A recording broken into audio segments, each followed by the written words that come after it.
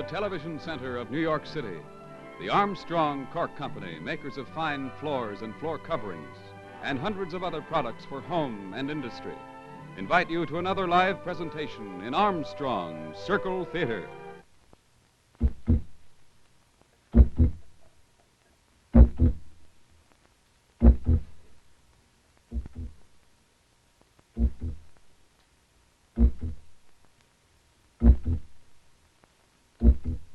This man is a clever thief and a liar. Subtle, deceptive, dangerous, arrogant. Yes, even on him the lie produces an indelible imprint. He thinks he is absolute master of his emotions. Is he wrong? Will he be trapped? You're about to see a factual, documented demonstration of one of the most effective instruments science has placed in the hands of modern investigative agencies.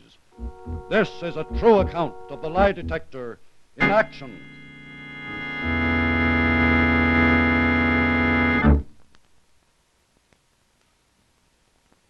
Good evening.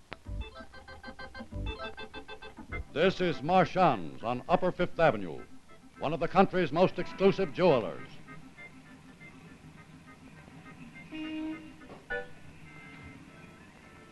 It is 5:15 in the evening, closing time. Stock number 5060, dinner ring, 1 carat, marquise cut. Stock number... The man with the eyeglass is Louis Marchand, owner of Marchand and Company. Yes, the number checks. It is from the new shipment of watch movements that arrived from Switzerland yesterday. He's a fast operator. What are we going to do, Justin? This is a terrible situation. You know what would happen if this got into the newspapers. You know my clientele. One whiff of scandal, and they would never come back here again. I understand that perfectly, Mr. Marchand. I do not even know what is missing. I have been so upset since we first began to suspect that this was happening. That was a month ago. How did you first find out? And Mr. Cummings, my manager, was the first to notice it. He has been with me for 14 years. He knows my stock better than anyone else. Every few days something would be missing. As soon as I was certain, I notified your company. Oh, thank you. Now look here, Jocelyn. I know that your company will indemnify me for whatever I lose. But if it means dragging Marchand's name through the courts, I will not agree to it. I would rather not collect a cent. I will fire the young man, and that will be the end of it. Well, that's up to you to decide, Mr. Marchand. I think you'd be making a big mistake. Marchand and Company cannot afford bad publicity. This man has been walking off with your merchandise. If you let him off the hook, you leave the door wide open for somebody else to do the same thing. Well? All right. What do you propose? Let's see what your manager has come up with.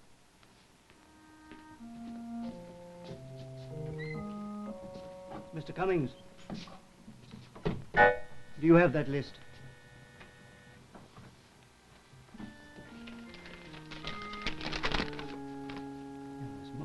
Where is he?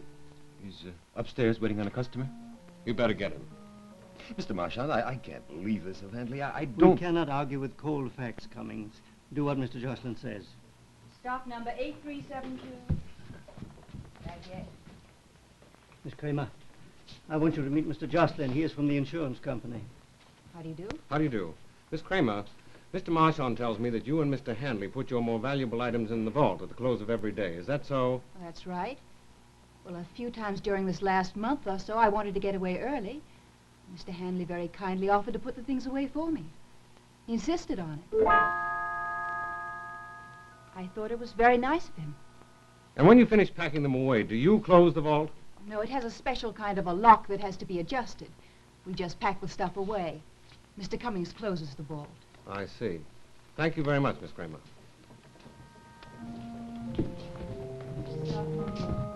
Did you want to see me, Mr. Marchand? I want you to meet Mr. Jocelyn. He is investigator from the insurance company.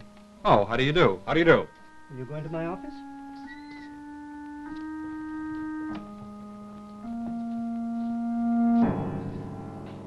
Mr. Handley, you and Miss Kramer put your more valuable items in the vault every evening, don't you? Yes, that's right. Do you ever go into the vault alone? Well, no. If I need anything that's in the vault, I tell Mr. Cummings. He gets it. Well, why? Is something wrong? I don't understand. Someone has been taking watch movements and other valuable items from that vault, Mr. Handley, and I'm checking it. Well, I don't know anything about it. You don't think I do you? Is this your coat? Yes. About an hour ago, Mr. Marchand and I searched this entire store. Look in the pocket.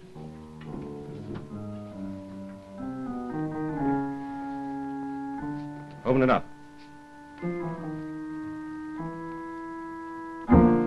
What's the idea? Who put this in my pocket? Now listen, Handley. I don't want to listen. I want to find out who put these watch movements in my pocket.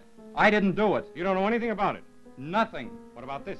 It's a racetrack stub for a $100 bet. Look, I don't play the horses. If I did, it wouldn't be for $100. Why not? Can't you afford it?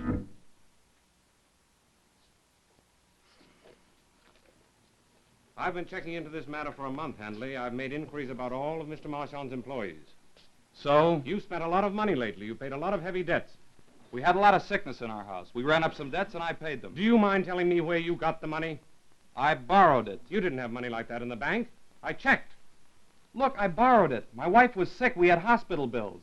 I borrowed it from my in-laws. Look, you've got to believe me. That's what happened. I've never stolen anything in my life.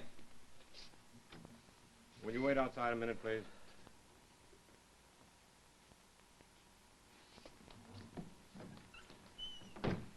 He may be telling the truth.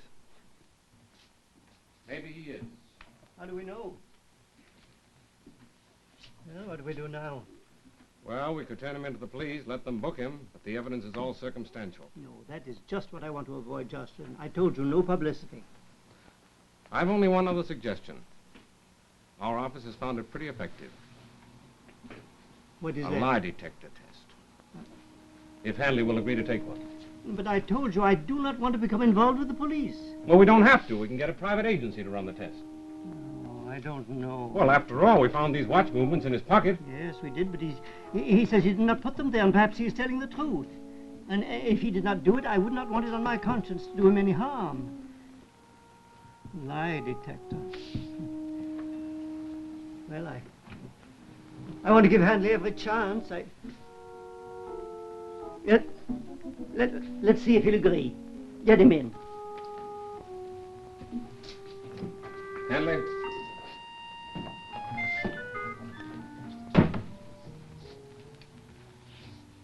Handley, we've talked the matter over. Mr. Marchand wants to give you the benefit of every doubt. So I've made a suggestion that may help us get to the truth of this matter. If I arrange it, will you agree to take a lie detector test? Lie detector? Mr. Handley, I want to give you every possible chance. Look, I don't need a machine. I'm innocent. We've used the lie detector a lot. It's not infallible. There is some margin of error. But I've never heard of an innocent person being shown to be guilty by the machine. Some guilty people may have beat the machine, but never the other way around. I don't know anything about the machine. All I know is I'm telling the truth. Then you've nothing to lose. All right. You arrange for the test and I'll be there. Well, it sounds very simple. Well, it isn't as simple as you might think. We'll find the guilty person, all right, but that's not the job. The job is to get a confession. How will you do that? That depends on the person, the guilty person.